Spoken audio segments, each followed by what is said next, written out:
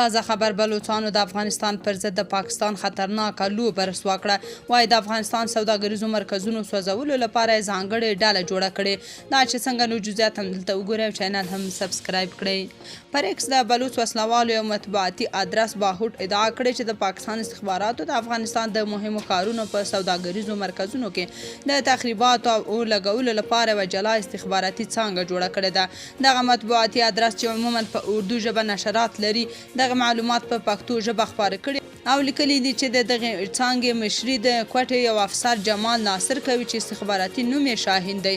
دغه ادرس وایي همدا تېره میاشت د دغې څانګې قطعاتو په کندهار کې ډیورن کرښې ته نږدې یو سوداګریز مرکز ته اور واچو چې د پرزهجاتو ټول مارکیټ یې لولپه کړ.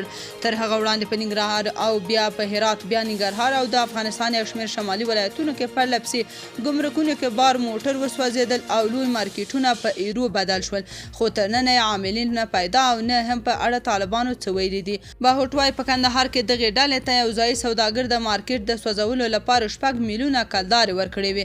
پر دې سربیره همدا اوس له تورخم هاخوا په خیبر دره کې د افغان سوداګرو له سبزیجاتو او تازه میوو ډک شاوخوا 2000 موټر د پاکستان د استخباراتو په اشاره د قومي جنجال په بهانه درول شوي او افغان سوداګرو ته میلیونونه ډالر زیان اړولی دی.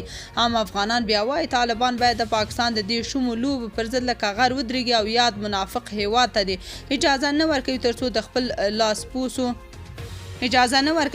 د خپلو لاسپوڅو په مټ د افغانستان کې تخریبي کړنې ترسره کړي.